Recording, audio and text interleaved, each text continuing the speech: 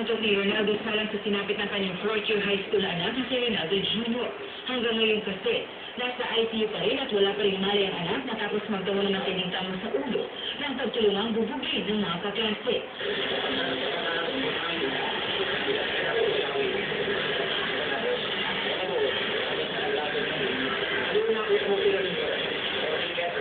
Away sa babaeng sinasabing dahilan ng pananakit sa biktima.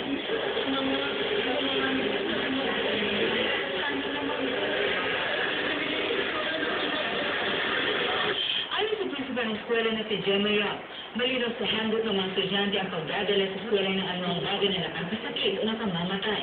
Sa pag-aaral na ginawa ng UNICEF at Council for the Welfare of Children of CWC, 4 sa 10 mag-aaral mula grades 1 to 3 ang nakakaranas ng pang-aabuso sa pampublikong paaralan.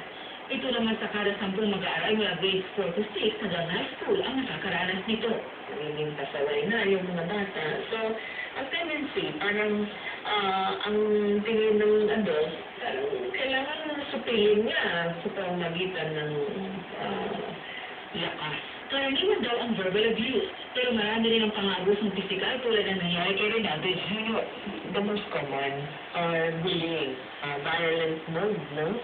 Yung that they start bullying other children, probably they have also been victims also of bullying. Madalas ay mga reported cases pa rin daw ng pang-aabusong pisikal ng mga guro at estudyante, bumaba naman ito ayon sa TMC. Isa raw na dahilan ng pang-aabuso kung bakit ang mga estudyante nag-drop out sa school, kaya pa yung CWC. Disiplina na may pagmamahal, no? And when we say that, yun yung we communicate. At least merong tao na I'm sure pagka na-designate na guidance counselor. Maris Wala Braman, ang Q sa balita.